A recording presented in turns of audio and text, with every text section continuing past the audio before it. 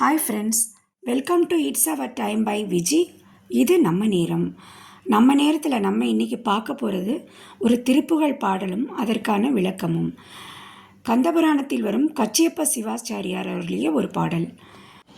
ஆரிரு தடந்தோள் வாழ்க, ஆறுமுகம் வாழ்க வாழ்க, வெற்பை கூறுசை தனிவேல் வாழ்க, குக்குடம் வாழ்க, செவ்வேல் ஏறிய மஞ்சை வாழ்க, யானை தன் அணங்கு வாழ்க, மாறிலா வள்ளி வாழ்க, வாழ்க சீர் அடியார் எல்லாம். இப்பொழுது பாடலுக்கான விளக்கம். 6 2 12 கைகளையும் 12 தோள்களையும் உடைய அருமுகராகிய முருகர் வாழ்க என வாழ்த்துகிறேன். வெற்பை என்பது மாமரத்தை குறிக்கும்.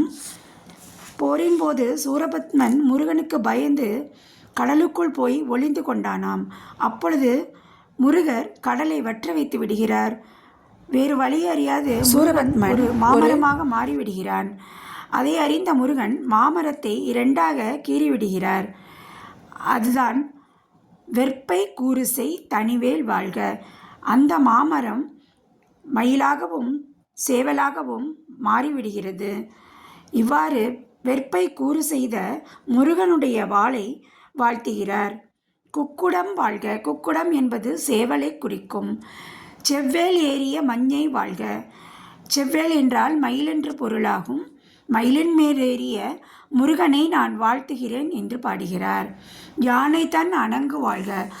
யானை தன் அணங்கு என்பது தெய்வ யானையை குறிக்கும். தெய்வ யானையை வளர்த்தது இந்திரனுடைய ஐராவதம் எனும் யானை. தெய்வ யானை இந்திரனது மகளாவாள். அதனால் அவளை வாழ்த்துவதற்காக யானை தன் அணங்கு வாழ்க என்று பாடுகிறார். மாறிலா வள்ளி வாழ்க. மாசு மறு இல்லாத வள்ளியம்மையை வாழ்த்துகிறார். வாழ்க சீர் அடியார் எல்லாம் என்பது முருகனை வணங்கும் அடியார்கள் எல்லோரையும் வாழ்த்துகிறேன் வணங்குகிறேன் என்று பாடுகிறார். ஒவ்வொரு திருப்புகழ் பாடும்போதும் இதை நிறைவு பாடலாக பொதுவாக முடிப்பார்கள். இதுவரை கேட்டதற்கு மிகவும் நன்றி. தொடருவோம்.